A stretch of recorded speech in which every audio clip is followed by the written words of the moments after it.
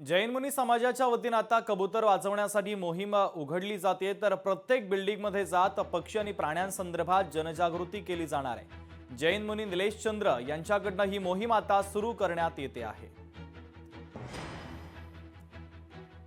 दादर कबूतरखाना बंद झाल्यानंतर मात्र आंदोलनाची भूमिका जी आहे ती जैन समाजाने घेतली होती।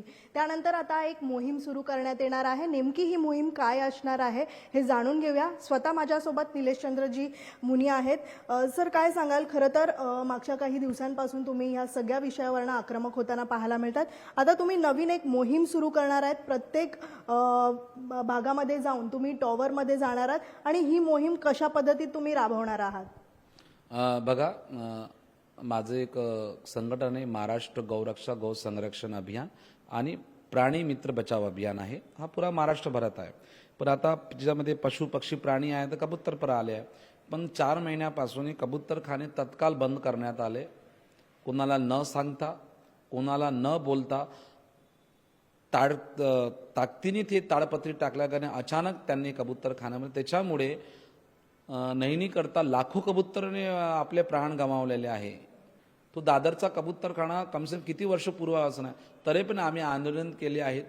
जसे गेट ऑफ इंडियामध्ये, जसे दादर कबूतरखान्यामध्ये आम्ही आंदोलन केले आणि त्याच्यामध्ये सरकारला माहीत पडल्याने न्यायालयाने, उच्च न्यायालयाने 2 घंट्याचा दाना टाकाचा तुम्ही परमिशन दिलेला आहे।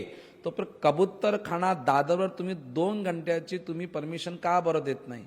त्याच्यासाठी आम्ही टावरमध्ये जाणार आहेत आणि टावरमध्ये जीव दिया हे जैन धर्माचा प्रथम धर्म आहे। त्याच्यामुळे आम्ही जैन जागृती कार्य करत आहे। धन्यवाद सर। व्हिडिओ जर्नलिस्ट निकेश मोरेसह मीनाक्षी म्हात्रे, लोकशाही मराठी, मुंबई। तर जैन समाजाच्या वतीने आता कबूतर वाचवण्यासाठी मोहीम सुरू करण्यात आलेली आहे। जैन मुनी निलेश चंद्र यांनी या मोहिमेच्या संदर्भात माहिती दिलेली आहे। पक्षी आणि प्राण्यांच्या संदर्भात आता इमारतींमध्ये जात नागरिकांमध्ये चर्चा केली जाईल, संवाद साधला जाईल आणि जनजागृती केली जाईल, असं जैन मुनी निलेश चंद्र यांनी म्हटलेलं आहे। लोकशाही मराठी ऐका, पहा, जागरूक रहा।